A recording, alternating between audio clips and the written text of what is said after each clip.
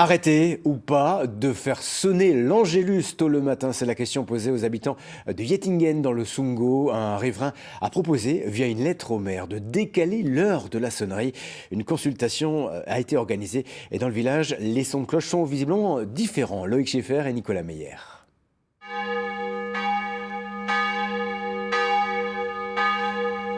Lorsqu'elles sonnent dans la journée, elles ne dérangent pas grand monde, mais lorsqu'elles retentissent à minuit et surtout le matin à 5h40 pour la prière de l'Angélus, eh bien les cloches tirent de leur sommeil certains habitants de Yettingen. Certains se sont plaints auprès de la mairie et veulent essayer de faire changer les choses.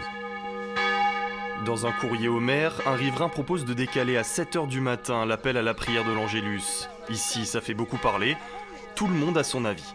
5h40, ça fait un petit peu tôt, surtout que ça dure pas 1 ou 2 minutes, c'est bien plus long que ça.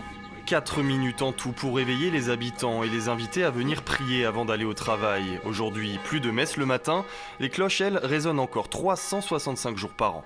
Les sonneries sont déjà préprogrammées comme l'Angélus. L'Angélus est programmé toute l'année. Voilà, c'est ça. Alors, que faire de cette tradition? La question a été posée aux habitants de Yettingen via une consultation citoyenne.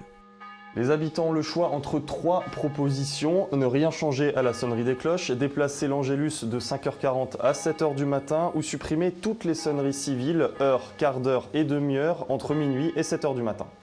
Et lorsque l'on sonde les villageois, la tendance, c'est plutôt pas touche aux traditions. Ben oui, ça doit rester comme ça, c'était toujours comme ça. Je vois pas ce que ça dérange les gens. L'Angélus et tout ça, ça fait partie de nous.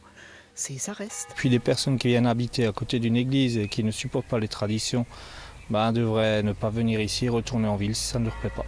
Et l'avis de monsieur le curé alors? Ce dernier ne veut pas entrer dans la querelle, il prêche bon sens et diplomatie. Bon, je ne vois pas d'inconvénient, donc puisqu'il n'y a plus de messe à 6h, qu'on l'avance à 7h35 par exemple.